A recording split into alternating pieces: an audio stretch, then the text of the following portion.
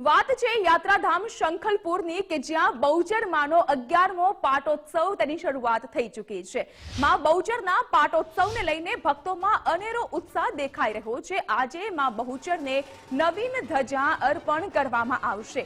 માતાજીને ધ્વજાની શોભાયાત્રા નીકળી, ડીજેના તાલે ભક્તોએ ગરબા પણ ગાયા અને ભક્તિમાં લીન થતા જોવા મળ્યા।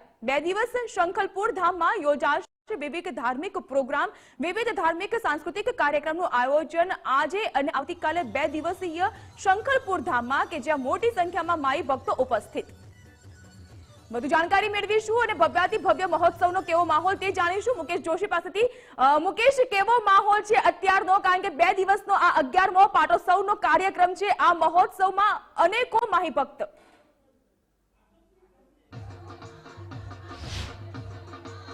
જાગૃતિ ચોક્કસથી આપણે ખાસ જણાવી દઉં કે જો વાત કરવામાં આવે તો શક્તિપીઠ જે બહુચરાજીની પાસે આવેલું શંખલપુર જે ગામ છે ત્યાં ટોડા બહુચરાજી માતાજી ટેમ્પલ ટ્રસ્ટ દ્વારા સમગ્ર જે પાટોત્સવ છે યોજાઈ રહ્યો છે। પાટોત્સવની અંદર ખાસ જે છે મોટી સંખ્યામાં માઈ ભક્તો જે છે ઉપસ્થિત રહ્યા છે। ખાસ વાત કરીએ તો આ આયોજનની અંદર ગુજરાતના ખૂણે ખૂણેથી આનંદના ગરબા મંડળ જે પરિવાર જે છે તે ત્યાંની મહિલાઓ જે છે ખાસ અહીંયા પહોંચી છે અને આનંદના ગરબાનું પઠન કરી રહી છે। ખાસ આપણી સાથે જે અહીંના આયોજક છે એમની સાથે ખાસ વાત કરીશું।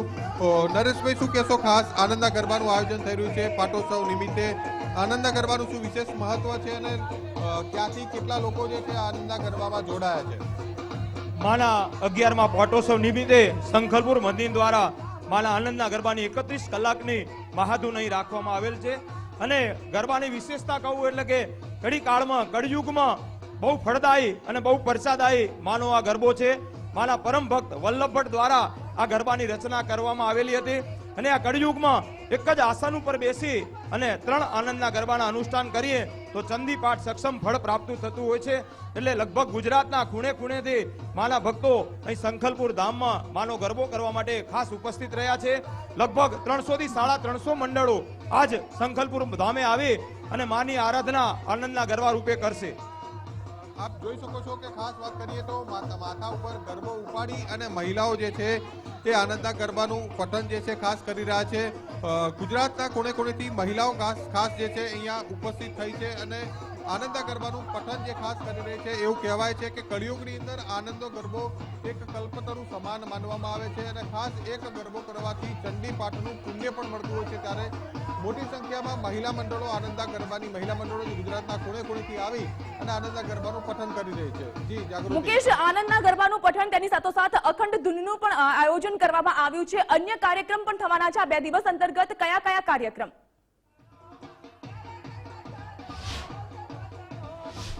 જાગૃતિ ચોક્કસથી ખાસ આપણે જણાવી દઉં કે જો વહેલી સવારની વાત કરવામાં આવે તો વહેલી સવારે ખાસ જે છે મુખ્ય દાતા છે એમના ઘરેથી ખાસ ધજા માતાજીને અર્પણ કરવા માટે એક શોભાયાત્રાનું આયોજન કરવામાં આવ્યું હતું। શોભાયાત્રા જે છે દાતા છે એમના ઘરથી નીકળી અને ખાસ શંખલપુર મુકામે પહોંચી હતી અને માતાજીને નવી ધજા જે છે ખાસ અર્પણ કરવામાં આવી હતી અને ત્યારબાદ કહી શકાય કે જે દીપ પ્રાગટ્ય કરીને આનંદના ગરબાનું જે છે મુહૂર્ત પ્રમાણે એની શરૂઆત કરવામાં આવી છે। ખાસ વાત કરીએ તો આનંદના ગરબા મંડળનું જે આયોજન છે પણ સુંદર મજાનું કરવામાં આવ્યું છે। ત્યારબાદ કહી શકાય કે સાંજે એક યજ્ઞનું આયોજન કરવામાં આવેલું છે। એટલે કહી શકાય કે જે 2 દિવસનો પ્રોગ્રામ છે આ 2 દિવસના પ્રોગ્રામ દરમિયાન વિવિધ ધાર્મિક કાર્યક્રમોનું ખાસ આયોજન કરવામાં આવ્યું છે। ગુજરાતના ખૂણે ખૂણેથી માઈ ભક્તો જે છે મા બહુચરના પાવનકારી દર્શન કરવા માટે ખાસ આ જે 11મો પાટોત્સવ છે તે નિમિત્તે ખાસ મોટી સંખ્યામાં ઉમટ્યા છે। જી જાગૃતિ। જી, આભાર મુકેશ આપનો તમામ દ્રશ્યો બતાવવા માટે અને વિગતો જણાવવા માટે। તો શંખલપુર ધામ ખાતે મા બહુચરાજીનો 11મો પાટોત્સવ કે જેમાં વિવિધ ફળફળાદી દ્વારા માતાજીને ભોગ ધરાવવામાં આવ્યો અને તેની સાથોસાથ આ 11મા પાટોત્સવમાં નવીન ધજા અર્પણ કરવા માટે શોભાયાત્રા પણ કાઢવામાં આવી હતી અને માતાજીને નવીન ધજા પણ અર્પણ કરવામાં આવી।